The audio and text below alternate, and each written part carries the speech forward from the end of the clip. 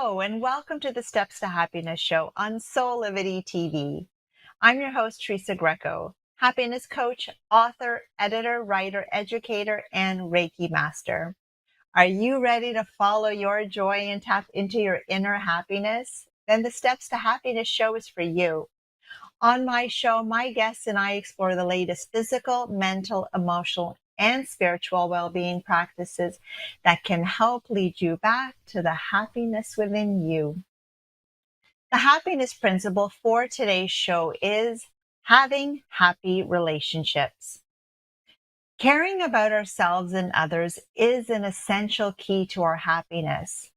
Science has proven that helping others boosts happiness. It actually activates regions of the brain associated with pleasure, social connection, and trust, creating a warm glow effect, which actually explains why it feels so good to give.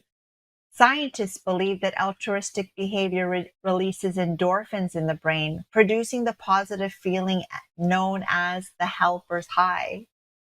In addition, giving has been proven to increase the satisfaction and longevity of our lives. It provides a sense of meaning and purpose to our life when we know that what we are doing is helping to make a positive difference in the lives of others. However, I also know that despite our best efforts, we can't make the people around us happy, and especially when we are not happy ourselves. How can you take care of others when you don't take care of yourself? Many of us have been taught since we were very young that we should take care of others before taking care of ourselves. We're proud of forgetting our own needs and making sure everyone else is doing fine. Mothers in particular are guilty of this. I know, I've been there. Running on fumes to ensure everyone is taken care of, and then feeling guilty when you take just a small amount of time for yourself. But are we really loving ourselves when we place the well-being of everyone else around us before our own? Can we be effective in all the different roles if our cup is empty because we've given to everyone else and have not had time to replenish our own cup? Can we show up as the best version of ourselves in all aspects of our lives if we don't put the oxygen mask on ourselves first before we help others to breathe too? These are great questions. And on the show today, we're going to be looking at how to have healthy and happy relationships with those closest to us. What do we need to do for us so that our external world reflects our inner world? After the break, I'll be speaking with a relationship expert about this and more. Stay with us after the break. Now for something delicious. Natural Life Bioactive Manuka honey is a premium quality pure Manuka honey. Enjoy your daily dose on your cereal, in your tea, on your toast, or my favorite, by the spoon. Welcome back to the Steps to Happiness show. Let me introduce my guest. He's a holistic mindset coach and author who mentors busy professionals on how to transform their stress into enhanced work performance and improved life balance. Adam Hart, hello and welcome to the show. Right on. Thanks for having me. Appreciate it, Teresa. So Adam, why don't you tell us a little bit about the clients you work with and why they are seeking help? Yeah, the majority of my clients are really busy professionals who have, I guess, put their self-care aside for a bit too long. And now they are finding themselves trying to manage symptoms in a way where they're not quite able to get back to the vitality that they know they could have. And they're looking for solutions that fit into that busy lifestyle with ease. And so as a consequence to them being really their busy lifestyle, what are their relationships closest to them like? What are some of the Yeah, well, complaints that they have? Yeah, I mean, if we're looking at relationship focused, there's definitely a lot of friction in the communication. And it comes a lot in relation to living a little bit more reactively or a lot more reactively. And the relationships is definitely one of the areas outside of health, personal health, or career based stuff. Relationships is one of those areas that begins to suffer quite a bit when you're not able to manage the day to day stress response. And so you're looking at a lot of miscommunication, a lot of resentment that comes up, a lot of spinning in these cycle patterns of trying to fix something and not quite able to get your relation, especially the personal ones with partners, in a place where there's a lot of joy and happiness that leads the way you get to live. Mhm.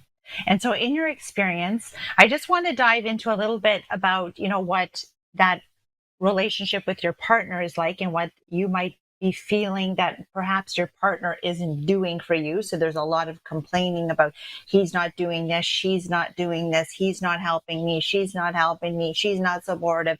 Like, and I know because I've been there. So at the, before my happiness, when it started, was that the relationships that were closest to me, I also felt were suffering, and that in the work that I did and that I continue to do now, it's been 10 years, is that I know that it, it all stemmed from within me. That as soon as I started to work on myself, when I started to honor myself, when I started to respect myself more, when I started to love myself more, then all of the relationships closest to me all magically healed Hmm. themselves. Is that I didn't have to go and say, oh, to my husband, you need to be different because then only I'll be happy if you, make this change and you help me here. And it was like all of a sudden he was doing all those things without me even asking. And the issues I had with, let's say, my relationships with my in-laws, my sisters, my parents, like all of those other ones, that I always felt that I was being disrespected a lot, being judged a lot. But it all stemmed from within me when I started to respect myself more by creating boundaries, by speaking up for myself, by um, honoring what I want, what I needed to do for myself first before feeling like I needed to meet the needs of everyone else, because I felt like they would love me, they wouldn't respect me, they wouldn't revere me, they wouldn't, if I didn't listen to what they wanted me to do. So I wanted just to like quickly dive into, as I said, what does the marital relationship or partner relationship look like? What are people most commonly complaining to you about? And then if they have children, what does that what does that look like? That, is it chaotic in the home? Does it feel like a lot of people, not listening to each other, not respecting each other's wishes, even and asks and things like that, so that people can maybe relate to when we get into the steps on how we can change some of that. Yeah, no, and I appreciate that. And it's tricky right now for sure. I mean, if we look at a lot of our internal relationships in our community, our friends, our family, the community around us, the coworkers around us, you'll notice that there is very much a very similar pattern of reactivity, and that automatically starts with the way that our own biology works. And if we understand our own biology, and that's really specifically around the way I work and how I guide my clients, it's a deeper understanding of how the nervous system is in a relationship with the mind, and the mind is in a relationship with the nervous system, the brain and the nervous system. And I love how you identified that it's about yourself, and it's the inner piece that we really need to understand, that we get to a point where we become sabotaged from our stress response from a very young age. We're not given to parents from a young age who understand how to support us through co-regulation. How does the infant receive the vibration from the parent's nervous system to support the child or infant's nervous system, to teach the brain to feel safe and feel loved when it has an experience with stress, fight or flight stress response. And so when you have kids who are having a lot of reactivity, it's not necessarily what the parents are saying, it's the parents' way of being in those moments that allows the child to feel safe and feel loved. The same works in our own relationships with our partners. It's a matter of understanding that our reactivity to our partner is coming from an unresolved stress pattern that's coming from childhood. And it only is because we haven't taught ourselves how to co regulate our mind's use of the pattern thoughts that create the stress, that create a fight or flight response. And so you cannot, and we know this, you can't change your partner, but you can change your own energy and your own experience within the relationship to recognize that you have a lot more power in manifesting, creating the relationship of your dreams in a way where it doesn't require you having to work so hard to figure it out. It's all about connecting inward and understanding that beautiful relationship with your own nervous system in a way where it shows you what it can do for you. That is so, I mean, I also believe, like you, that everything is energy. We're all energy. And I know that my energy has a big impact on the energy in our home, that there is this beautiful harmony in our home that I feel that I radiate because I feel that in our home. But then everything is like a mirror to us too, right? And if everything in our external environment is just mirroring what we're giving out. And then I feel like I'm receiving the harmony from them. And it's just this very beautiful, like, ecosystem here in the home of of Huge, peace and beautiful. happiness and joy. Yeah. And I really feel like it radiates out from me into, like, everywhere I am, with everyone, that I interact with. And it really does reflect back to you. So that's really cool that you stated that. So just back to, what are people complaining about in their home? So, like, what is it that when they first come to you, what would, let's say, the two partners be lamenting Yeah. about? Well, it's mostly from the men. You're hearing that, I'm not being heard, and a lot Mm. of needing to compromise and not feeling like their needs are being met. And from the women, there's a lot of a feeling that not being listened to, not being understood. It's very, it's so common, the dialogue that I have with my clients. Everybody is overlapping in what they're sharing, and again, it comes down to the understanding of the brain. On average, we have 70,000 thoughts every day, and once the brain starts to lock into the fight or flight hormones, the adrenaline and cortisol, and the brain being a survival organ, it loves to feed off of those. And it loves to use proximity in order to be fed the survival energy. And proximity being those that you are closest to in relationship. So the brain will constantly use those that you're closest to, find the moments where you're feeling triggered, and it will start to loop a lot of those 70,000 thoughts to try and keep you stuck in the reaction. Now, it's not doing it on purpose, it's just a survival organ. So all of a sudden, a lot of your thoughts keep going back to this pattern reaction to your partner, because your Mm. brain knows that you're going to give it the adrenaline when you react. And so you start to see that overlap in the dialogue that most relationships are under. And it all comes from a lot of responsibility, especially as you have kids. You have your work life, you have your home life, you have your kids, and then there's this lack of balance. And a lack of balance is what a lot of folks come to me about. And again, so much of it, and I know we want to get into the solution side as well, but it does come down to doing our best to remove ourselves from the in the moment that we are feeling the need to be reactive. That's where the work is done. And I'm not knocking counseling and therapy and all the different modalities out there. But if we're not looking at the solution in the moments of life that it's happening, we're not going to be able to cultivate a fresh energy, a fresh vibration through the Mm. feeling we're experiencing to manifest it any different. Mm.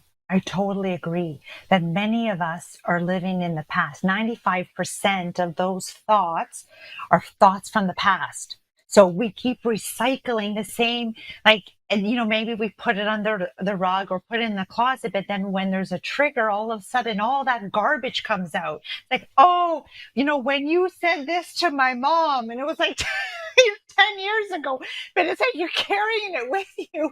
And then these moments happen and they explode, and you're like, what the heck? Why are you bringing up situations from like 10 years ago? Because Right. as you're saying, this is like what happens in that our happiness exists in the now moment, but we don't connect to it the way that we need to, as you said, to tap into that fresh energy that we can, if we stay in the moment. Being in the moment and living there is where our power resides, where our Uh, peace is, our joy is, all of it is yeah, there. it's And it's so everything. It's all of life.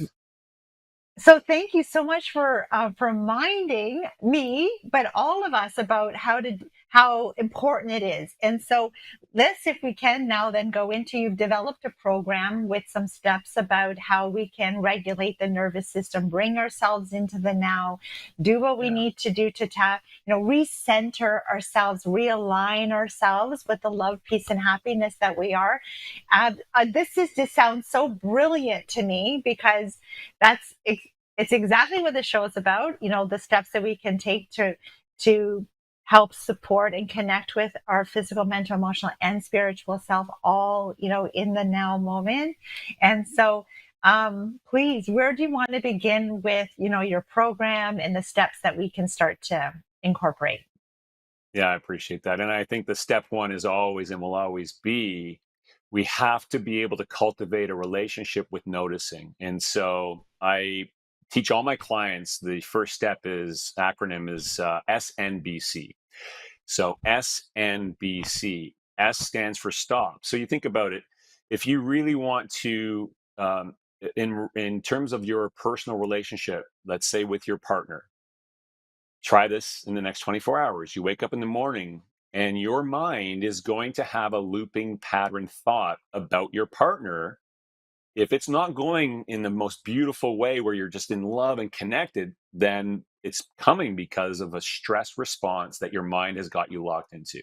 For example, I've had a recent conversation with one of my clients who said, I just can't get over every time I come down to the kitchen and I see dirty plates, I blame my wife.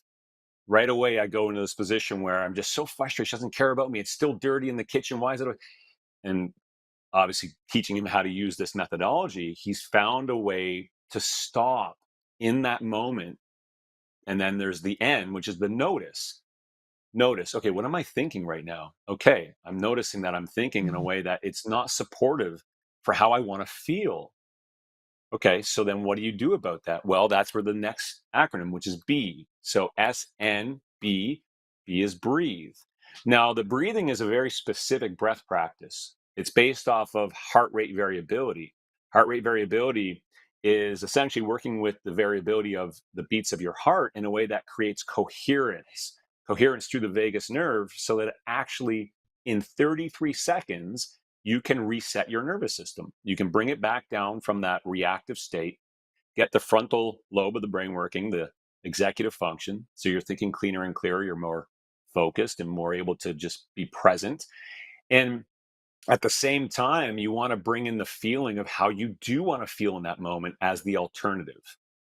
And this is kind of a key missing piece that a lot of folks miss is, yes, it's important to, one, we want to stop in the moment of life. We're being reactive. We want to notice, okay, what's happening in this moment?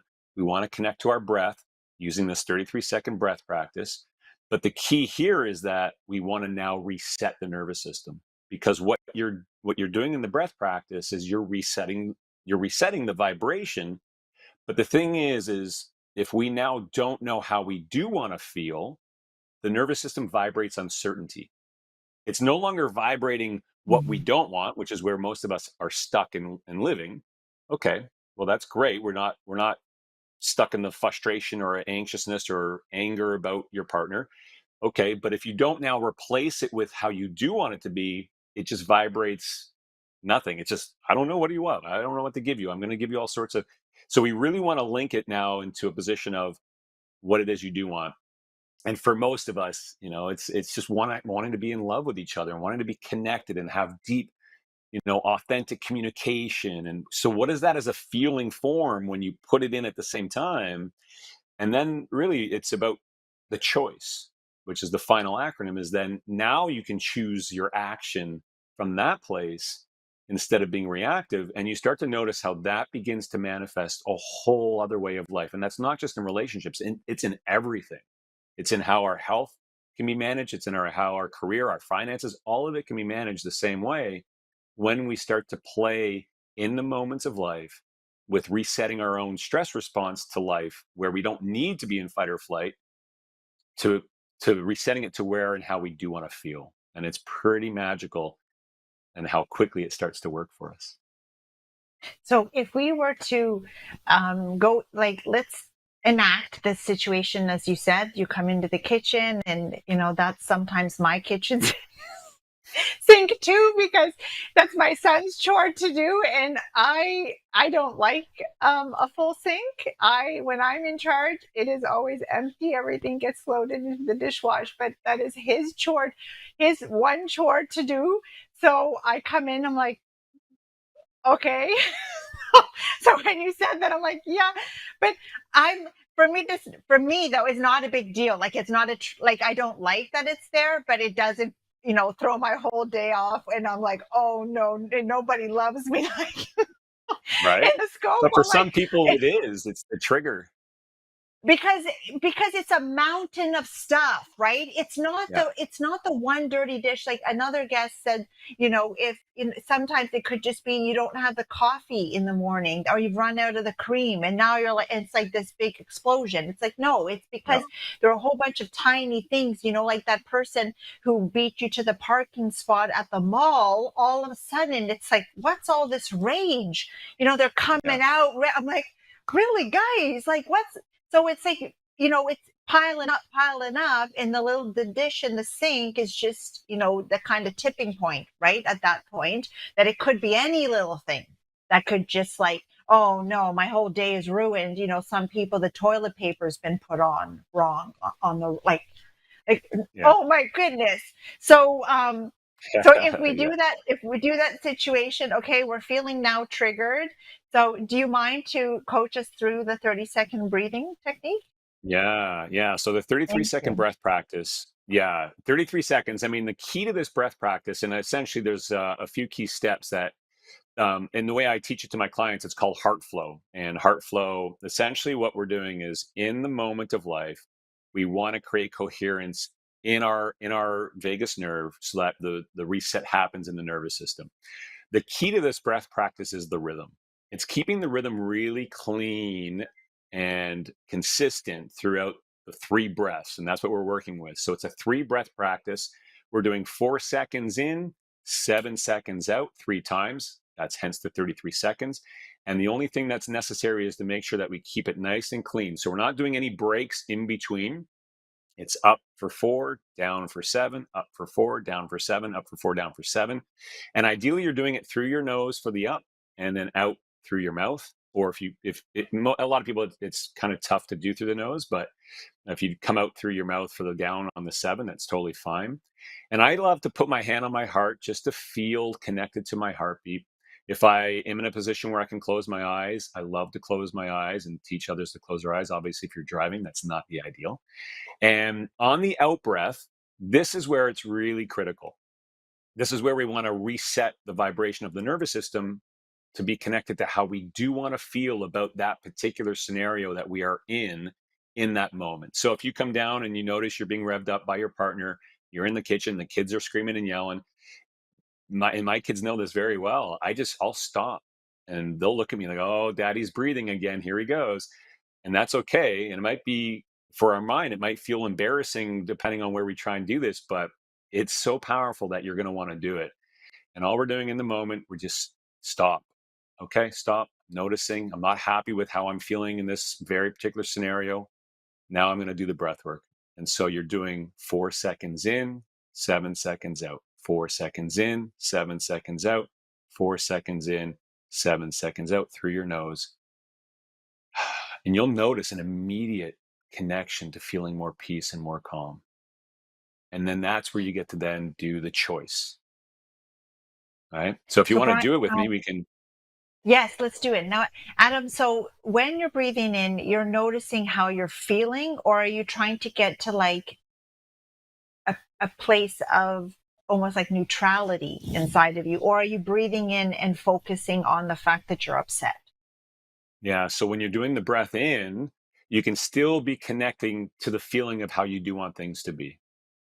All right. So as you're going How you in, want things it's to be? really, yeah. So you can do it both on the in and on the out. It just seems to be a little bit easier when you're doing the in, just really connect to your heart and the clean, beautiful communication through the nerves. And then on the out, really just focus on the feeling and just keep trying to bring peace in this moment as you go in, and then really connect to how do I want to feel on the out. And so what I'll Now, do is I can, Adam, sorry, yes, how come the no, out? Because I also do breath work, and yeah, I've never encountered a um, I don't know what I don't a methodology where the exhale is 7 seconds on the exhale. Like I have where it's like, 4 seconds in and then like a pause and then a 4 seconds out and then a pause, or if it's box breathing or something, but it's always been like the yeah. same seconds in and out. Why is it that we need the 7 seconds on like the extra longer exhale?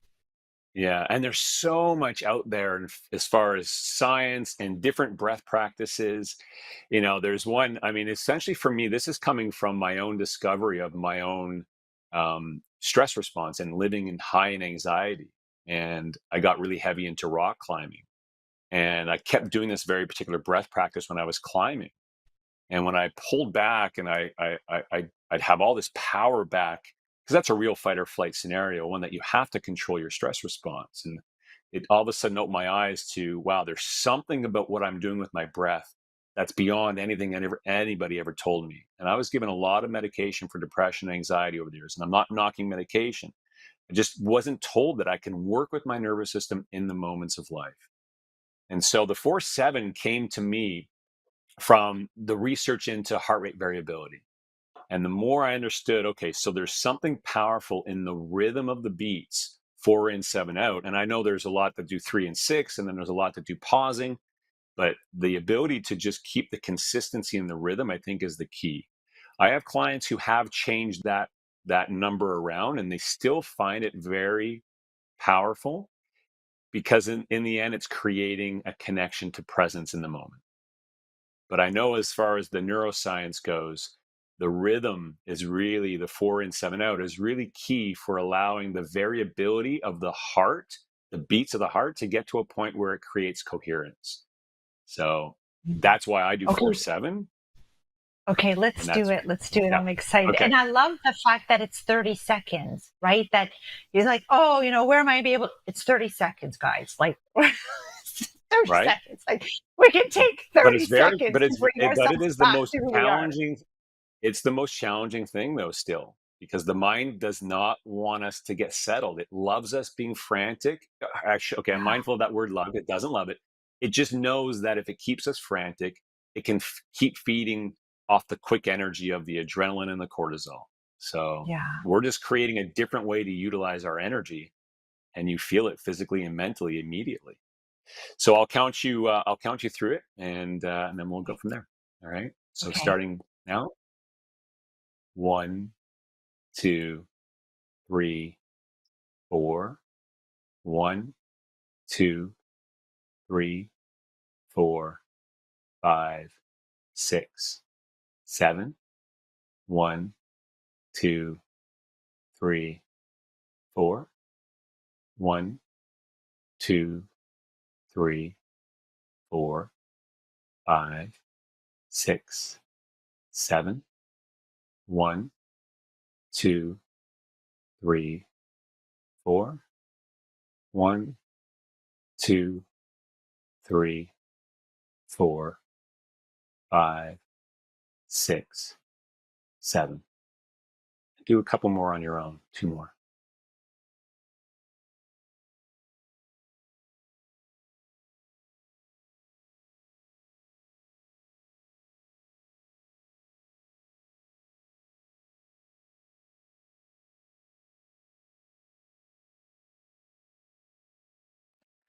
Adam, I know. Now I know. It's like I answered my own question.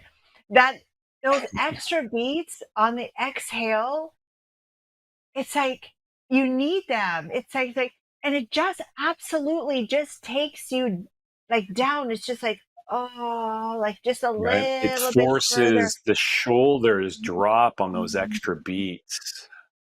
You know, Yeah, yeah. it anchors us and grounds us in this moment. And most people, when they experience this for their first time, they go through a withdrawal. They go through a almost a yawning, resetting. Oh my God, now I'm feeling like I need to rest. Because they do. The nervous system just wants to be given the space to heal us the way the nervous system wants to heal us. We just never really give it the space to do what it can do for us. It's so powerful and doesn't Mhm. require and I'm not knocking any of this, but it doesn't require the fitness programs and the dieting and the this and the that. That can come after the nervous system is healed. If you're doing all of that before your nervous system is healed, there's a conflict. And so get the nervous system on your side first. Your mind starts to work differently. You're in love with yourself because it's the most powerful act of self-love you can possibly do is to reset in the moments of life like that. And all that's left is just pure abundance to come to you in a way where you have the cognitive ability to take action on And the C then when you're making a choice, so in that scenario that we were talking about, are you helping people to frame the C in some kind of light to say, okay, you're going to make a loving choice to say, okay, for me, yes, my son did not do the did not do the dishes, which is his one chore to do, but I love him so much, and his presence in my life is so much more than just, oh, he didn't do the dishes. And eventually they'll get done. And yes, I might have to like remind him, maybe nag a smidge, but I might have to remind him to do it. But it's not all that upsetting. So on the C, are you helping people that, like I said, to frame that in a loving way? Yeah. Now the C is really, it's the extension of the energy you now produced. And so it's really important that you don't lock yourself in the choice based off of a have to. All right. Well, now I have to do this because I just did the reset. So now I got to make sure now I'm hugging everybody and I'm doing that. It's all a matter of noticing that in the choice is where you manifest the ease of what you can do next to extend the space you get to live in that vibration of your own happiness and joy. Right. So the way that I describe it, and I've done a lot of work in the nutrition field, and the book that I wrote there, the Power of Food, talks a lot about how to utilize food in this way. And I don't want to take us off the relationships, but as an example, so now and I had a big sugar addiction at one point, and I discovered this through understanding my own nervous system. In the moments that I was craving sugar and being reactive to a bag of cookies, which I used to eat a whole bag of them, I would just I would do this practice. I would stop, I would notice, I would reconnect using my breath into how I want to feel. Now I'm at the choice stage. I still have the Mhm. cookie in my hand. I didn't react to eating it, but in the choice stage, I have the choice to still eat it if I want to. I'm not restricting myself in any way. I can still, but because I've now Mhm. centered my energy and I've given myself this very powerful act of Mhm. love and I'm in this beautiful power source, I don't crave it anymore. So now the Mhm. fresh choices start to lead you into living more and more Mhm. into that energy. And yes, do I still love Mhm. cookies? Absolutely. But do they hold me tight like they used to? No. I enjoy Yeah. them, so I eat them once in a while. But the choice is the most powerful part because it does extend the act of love. Yes, thank you. And yeah, it's like even in those reactionary, habitual circumstances that we do things and not really thinking, like, if you are trying to, watch what you're eating and to eat healthier and whatnot, but old habits set in. I'm also a bit on the sweet tooth side. So I'm like, oh, it's a treat. Oh, we a lot of people do that with alcohol. Oh, I've been working really hard, so I deserve. Well, really, like almost like going into that moment of reconnecting with that which you really are, to just take a moment to say, it's 30 seconds, it's nothing. But it's amazing how going into that place can help to realign you with, what choice you want to do, or what you want to take when you come out of it. So Adam, Yeah. if people want to connect with you after the show and learn more about you and your books and your services, your program, how can they do that? Yeah, well, you can definitely reach out to me through my website, which is clearimpact.io, clearimpact.io. And I'm pretty active on Facebook under my name, Adam Hart. And those are the two main areas for sure. Thank you so much. I feel so good going into today. And I hope everybody watching, took an opportunity to do that along with me, and that we can integrate this very powerful 4 steps into our lives going forward. So I thank you so much for being on the show today and sharing about about the steps and how we can integrate that to live happier lives and relationships. Yeah, thank you so much for having me. I really appreciate it, Teresa. I'd like to leave you with the thought for the day. Our external world is an outward reflection of our inner world.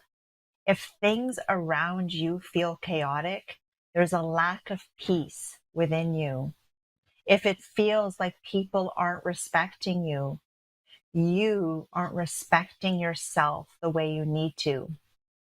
If you feel underappreciated, have you appreciated yourself lately? People are always judging you, but are you also judging others? And if you're looking outside yourself for love in others, how much are you loving yourself first? The people we interact with are often reflecting our beliefs about ourselves and the world, just like a mirror. If we don't like what's showing up in our lives, that's a clue for us to turn the mirror on ourselves and take a long, hard look at who we are and our internal landscape. Living happier lives require that we do the work to better ourselves first. If we want things around us to change, we need to stop expecting the people and circumstances around us to be different in order for us to be happy. Like my favorite quote from Gandhi, be the change you wish to see in the world. Be the change. You first must change before the world around you changes. The life we truly desire is within our control. Are you ready to take the necessary steps to live happier? Thank you for joining me on the show today, and I look forward to being with you again next week.